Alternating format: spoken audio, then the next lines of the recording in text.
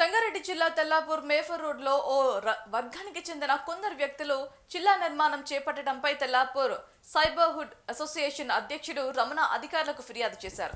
ఈ విషయమై అధికారులు పోలీసులతో కలిసి అక్కడికి వెళ్లిన సమయంలో అధికారులతో మాట్లాడుతుండగానే కొందరు వ్యక్తులు దాడి చేశారని రమణ ఆవేదన వ్యక్తం చేశారు. ఈ ఘటనలో గాయపడిన రమణను ఎంపీ రఘునందన్ రావు పరామర్శించారు. ప్రజలకు ఇబ్బంది కలిగేలా చిల్లాను రోడ్డుపైకి వచ్చి నిర్మిస్తున్నారని ప్రశ్నించినందుకే దాడికి పాల్పడటం సిగ్గుచేటని రఘునందన్ రావు వ్యాఖ్యానించారు. ఆ అక్రమ నిర్మాణాన్ని ప్రశ్నించిన రమణపై కొల్లూరు సిఐ సమక్షంలోనే దాడి జరగటం బాధాకరమన్నారు.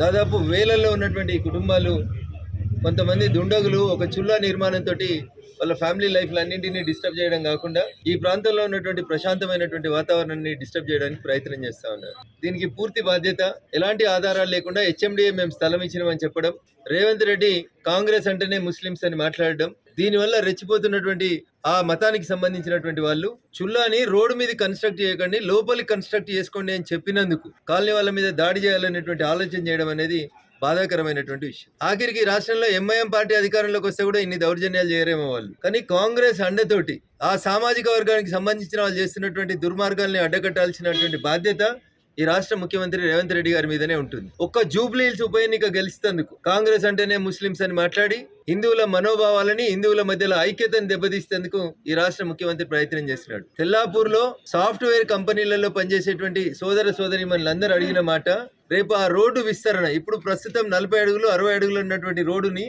భవిష్యత్తులో 100 అడుగులకి విస్తరించాల్సి వచ్చినప్పుడు రోడ్డు మధ్యలోకి వస్తుంది, చుల్లా ఇబ్బంది అవుతుంది అని చెప్పి పీస్ఫుల్ వే లోపల అభ్యంతరం తెలియజేసి మున్సిపాలిటీకి పోలీసులకు కంప్లైంట్ ఇస్తే మారో సాలేకు మారో అని చెప్పి కొడతా ఉంటే సమాజం ఎటువైపోతుంది అనేది ఒకసారి ఆలోచించాలి. ఈ ఏరియాలో జరుగుతున్నటువంటి కన్స్ట్రక్షన్ కంపెనీలలో దొంగ ఆధార్ కార్డులతో వచ్చి బంగ్లాదేశ్ నుంచి ఇతర ప్రాంతాల నుంచి వచ్చినటువంటి రోహింగ్యాలు చొరబడి ఇక్కడ నివాసం ఉంటున్నటువంటి కాలనీ వాళ్ళ మీద భౌతిక దాడులకు దిగడం అనేది దురదృష్టకరం. భాగ్యనగరం చరిత్రను తిరగరాసేందుకు ఇట్లా వేరే రాష్ట్రాలకి వెళ్ళి చొరబడి ఇక్కడ కన్స్ట్రక్షన్ కంపెనీలలో పనిచేస్తున్నటువంటి వాళ్ళని ఐడెంటిఫై చేయాల్సినటువంటి బాధ్యత కూడా ఆ కన్స్ట్రక్షన్ కంపెనీలదే. పొరుగునుంటారని మేము కలిసి ఉందాం అనుకుంటున్నాం, కానీ మీరు చేస్తున్న పని వల్ల, మీరు క్రియేట్ చేస్తున్నటువంటి కన్స్ట్రక్షన్ పేరిట చేస్తున్న డిస్ట్రక్షన్ని తప్పకుండా అడ్డుకుంటాం.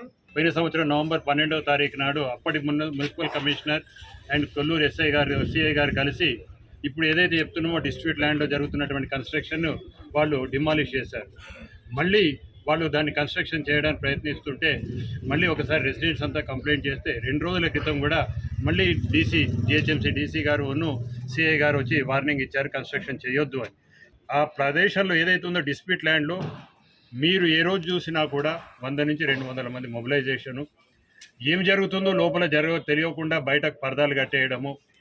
ఫస్ట్ ఆఫ్ ఆల్ అది హెచ్ఎండిఏ ల్యాండు, మరి రెవెన్యూ అధికారులు ఎలా వాళ్ళకి కట్టబెట్టారో ఎవరికి తెలియదు. ఉన్న డాక్యుమెంట్ అనేది కూడా ఒక సస్పిషియస్ డాక్యుమెంటే.